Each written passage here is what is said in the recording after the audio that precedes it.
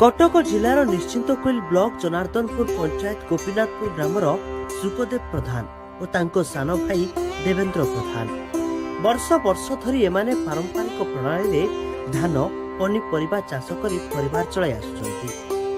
पोटल भंडा हलदी कदली भली विभिन्न पनीपरिबा लगाई दुई पैसा रोजगार करती।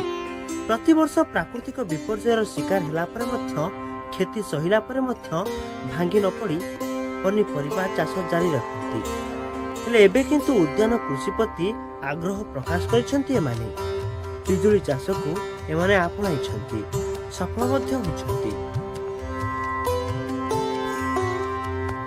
मु प्राय 30 वर्ष है चाष कला पाठपढ़ा सरला मैट्रिक जो फेल हेली मुझे भाविली आम तो गोटे बड़ फिल्ड अच्छी चाष हो बापा करते चाष ना चाष उन्नति हम कहीं मुझे चाषटा केमी भल करी से बापा